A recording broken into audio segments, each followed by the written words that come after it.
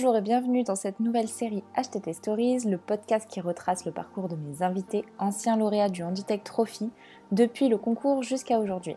Je suis Marion, chef de projet communication et événementiel chez Job in Live, cabinet de recrutement et agence de communication RH à l'origine du Handitech Trophy. Aujourd'hui, je suis avec Blanche Delacour, responsable communication et communauté chez LexiLife, une start-up qui a développé une lampe d'aide à la lecture pour les personnes dyslexiques. Bonne écoute à toutes et à tous.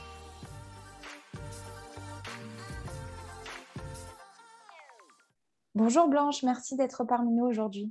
Bonjour, je suis ravie. Blanche, tu es responsable communication et communauté chez LexiLife qui a participé au Handitech Trophy en 2020 et qui a remporté un trophée dans la catégorie accessibilité digitale. Est-ce que pour commencer, tu peux nous en dire un peu plus sur LexiLife, la lampe d'aide à la lecture pour les personnes dyslexiques que vous avez développée?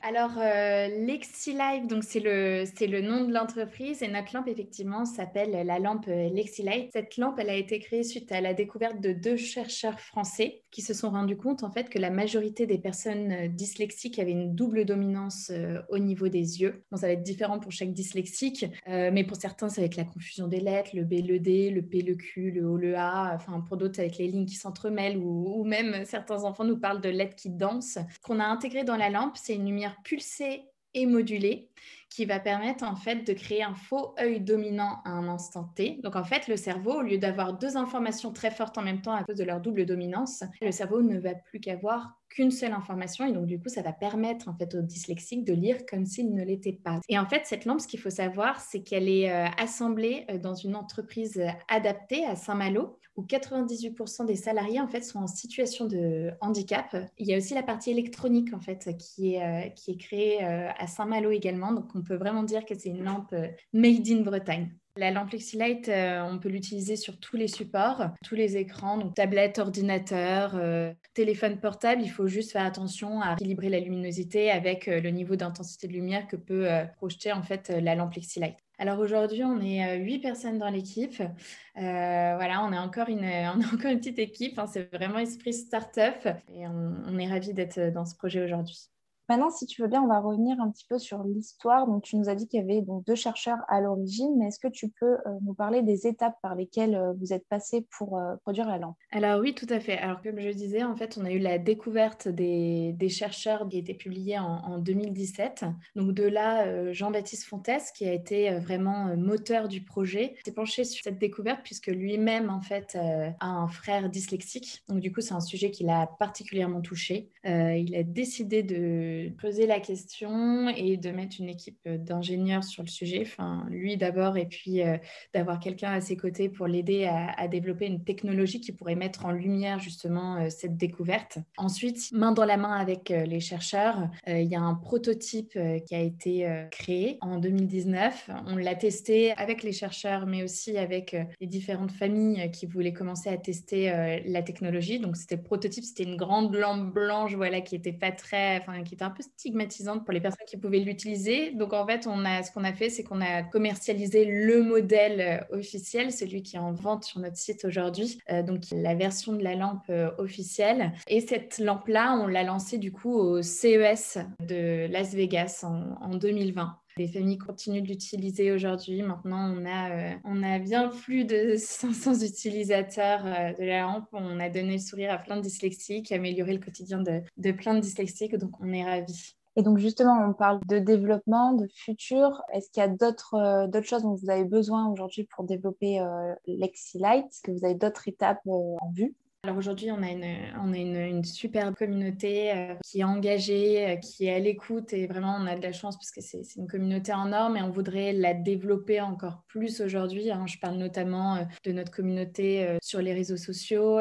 On est en train de construire une base de projets ambassadeurs. Enfin, on veut vraiment en fait faire vivre le projet avec les premiers utilisateurs de la lampe LexiLife. On souhaite vraiment construire ce projet ensemble. C'est améliorer le quotidien des personnes dyslexiques, certes grâce à un outil, mais on souhaite également en fait les accompagner grâce à différents contenus, notamment grâce à des événements. Et on souhaite en fait pouvoir répondre parfaitement à leurs besoins. Et donc du coup, pour ça, on a besoin de développer encore plus la communauté pour savoir ce que souhaitent les familles qui sont touchées de près ou de loin par un handicap tel que la dyslexie. Aujourd'hui, on a eu la chance de faire un premier partenariat avec une collectivité territoriale, donc avec le département de la Seine-Saint-Denis, où en fait 10 collèges ont pu bénéficier de 5 lampes, justement pour venir en aide aux collégiens dyslexiques de ces établissements. Ce partenariat, c'est un premier pas, on l'espère, vers plein d'autres partenariats de genre pour que la lampe Lexilight soit à disposition du plus grand nombre de personnes. On va maintenant revenir sur la participation au Handitech Trophy. Donc, c'était l'année dernière. Vous avez donc remporté un trophée dans la catégorie accessibilité digitale. Est-ce que tu peux nous en parler un petit peu? Alors oui, tout à fait. Alors, c'est assez récent. On était vraiment emballés pour participer à ce joli concours qui permettait en fait déjà de prendre connaissance qu'il y a plein de beaux projets autour de nous et ça c'était juste déjà génial. Et puis c'était un concours en fait qui était en adéquation avec nos valeurs. Donc ça c'était hyper important et ça a été de belles rencontres, un bel événement et surtout une belle visibilité puisqu'on a eu la chance d'avoir une interview dans le Figaro Économie. On a pu aussi avoir l'adhésion à l'association Handitech et c'est vrai qu'on est accompagné par plein d'événements et plein d'autres choses, notamment aussi l'accompagnement stratégique et la mise en réseau avec Paris & Co. Donc on avait déjà eu l'occasion de rencontrer, mais c'est vrai que ça tisse les liens.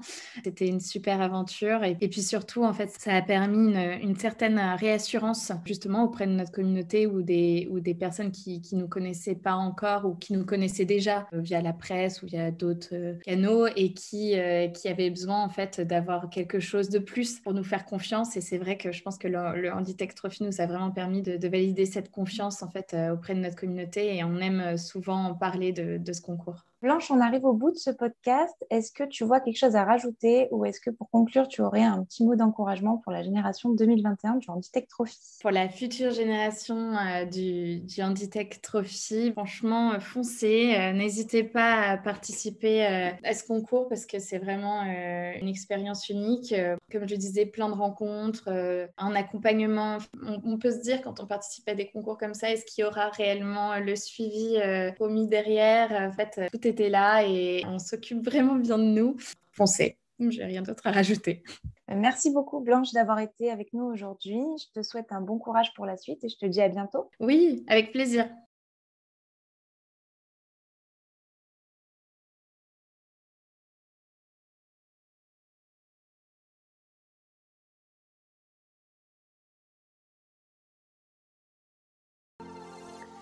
Merci beaucoup pour votre écoute. Avant de nous quitter, si vous avez aimé ce podcast, n'hésitez pas à nous le dire en commentaire et à vous abonner à nos réseaux sociaux si ce n'est pas déjà fait.